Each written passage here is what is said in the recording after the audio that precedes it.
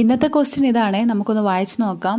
20 plus 8 into 0.5 divided by 20 minus x equals 12 ആയാൽ എക്സിൻ്റെ വില കണ്ടുപിടിക്കാനായിട്ടാണ്. അതിൽ ആ ക്വസ്റ്റ്യനിൽ 8 ഇൻറ്റു 0.5 നമ്മളൊന്ന് ഇൻറ്റു ചെയ്യുന്ന സമയത്ത് എത്ര കിട്ടും?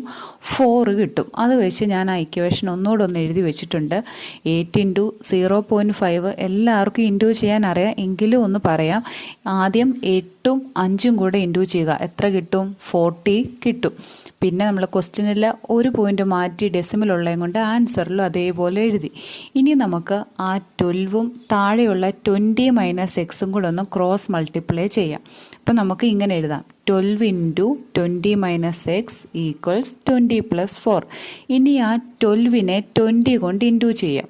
ആ 12നെ ബ്രാക്കറ്റിലുള്ള രണ്ട് ടേംസുമായിട്ട് ഇൻറ്റു ചെയ്യുവാണ്. അപ്പം 240 മൈനസ് 12നെ എക്സ് കൊണ്ട് ഇൻറ്റു ചെയ്യുമ്പം 12x is equal to 20 plus 4.